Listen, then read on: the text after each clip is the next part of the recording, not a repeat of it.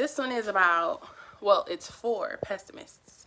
I'm not really that pessimistic, but I think I understand pessimists. It's like they prefer facts over theory, pretty much. And if there's no proof, then there's no proof, then there's no proof, then there's no proof.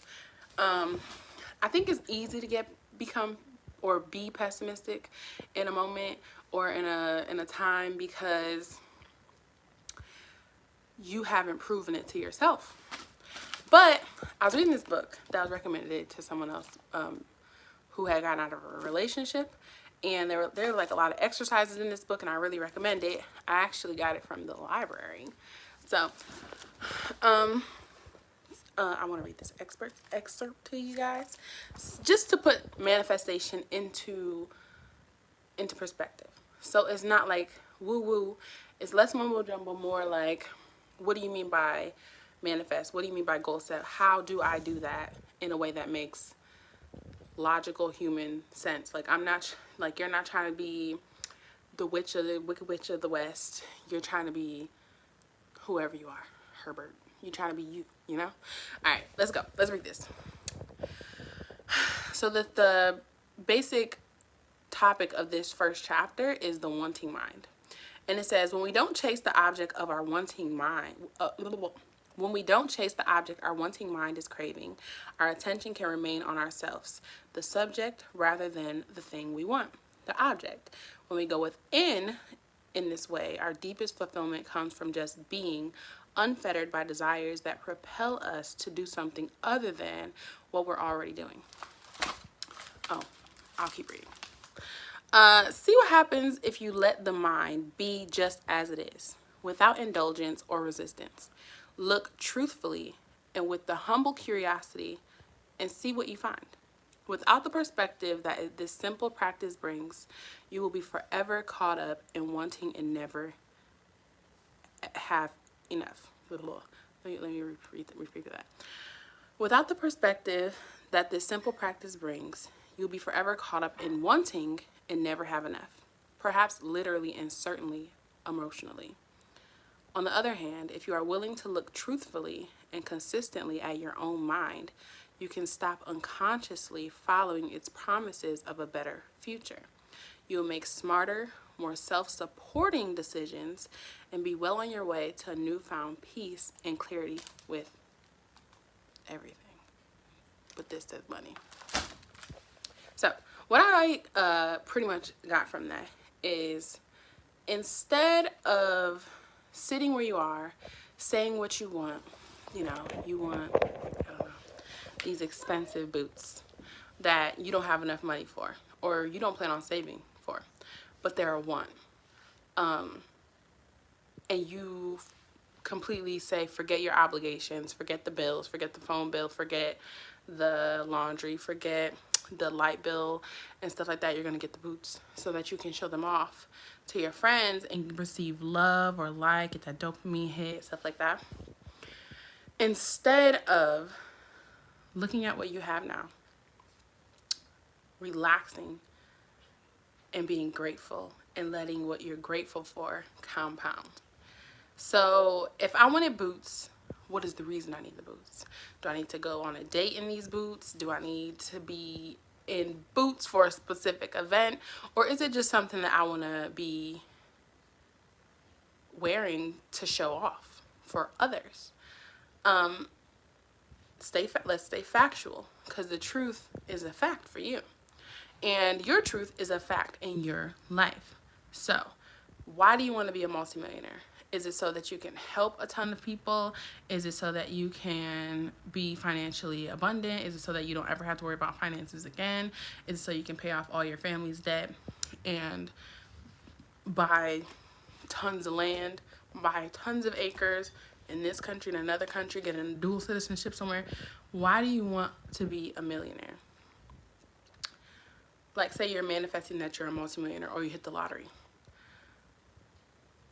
Between what you're doing now and who you are at this moment and millionaire you, what are the differences? Let's stay factual. Let's stay truthful. Millionaire you probably got up early, did some working out, connected with people that assisted them in their real estate, businesses, the investments that they're in. They connected with someone and they're catching up on things that they had to get finished, meeting deadlines, and then taking a break to eat or moving and eating, and then making sure everything is organized because they have an assistant, they have a CEO, they have a project manager, they have something somewhere keeping things in order. But what right now do you have that you need to keep in order? Is it your car? Like the cleanliness of your car? Is it your hair? Is it your living room? Like, what in your life right now needs to be organized and in order? As soon as you have your foundation laid and your foundation good, you can take the next step. Instead of figuring out what you want, what do you have? What can you build upon? What can you grow to get where you desire to be? Because you are still you as that millionaire. So that means you got to go through a ton of changes. You are still you when you got that job. So that means you got to apply. You got to be confident that you'll get it. You got to be confident during the interview. You got to get back the interview. Then you got to have the outfit to go to work. You still got to be you. You don't just magically turn into someone else. So develop yourself. Get into self-development. Start reading a couple books. I'll put a couple in the description below. Not in the description, I'll put it in the comments. But become the you that you need to be factually. Start studying the people that you want to be your peers.